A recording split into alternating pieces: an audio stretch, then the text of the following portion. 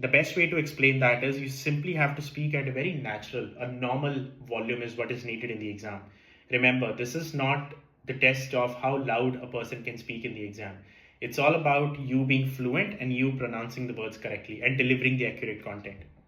Remember, in the exam, yes, you would be sitting with another 10 to 12 people, that is for sure. So environment is very loud already.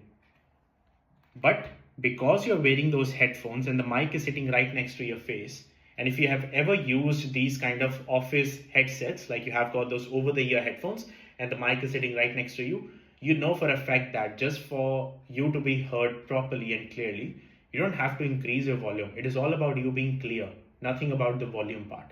So I have to make sure that in the exam, I'm not yelling or screaming at the top of my voice so that I can hear myself louder as compared to other people. In the exam, you're not competing with others, you're competing with yourself. That's it. And they give you these instructions as well at the very beginning of the exam, the invigilator who would be conducting the exam, and they would warn you for this. Like if you are extremely loud, they will come inside, like they obviously would be sitting outside the hall, but they will observe you throughout the exam. Like there are some cameras just on top of you, and they would be observing the exam throughout.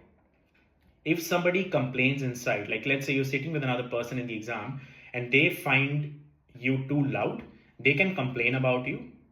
And then the invigilator, if they come inside and they actually feel that you're being loud, they will issue you a warning. Like they won't ask you to leave straight away. They first give you first warning. They even in some cases will give you a second warning. And in the third case, they will ask you to leave. Okay, that means your exam would be cancelled. So I would not even come to a situation where I'm getting a warning, is what I mean. Because let's say you're sitting and concentrating on the exam and an invigilator comes next to you, issues you a warning. Like with warning, they don't say anything verbally. They give you a page, a piece of paper, and written on it, please reduce your volume. Like they'll just leave it in front of you at your desk. But that will like mess up with your concentration, isn't it? Like you are focused on the content, but somebody comes and hands you a paper which says that you have to be mindful of others. And you will get very cautious of yourself in the actual exam. So that is why I want to make sure that I do not come in that scenario either. I just speak at a very natural, normal volume, remembering that the headphone is not going anywhere. The mic is still sitting right next to my face. And even if I speak at a very normal volume, computer can easily understand me. And this is what you test in your mic position screen. Like when I explained about the mic check screen over here, when you speak something and when you hear yourself back, this is a screen where you also are testing your volume, that whatever volume you're speaking at, is it good enough or not? Like, are you able to understand your words clearly by speaking at a certain volume or not?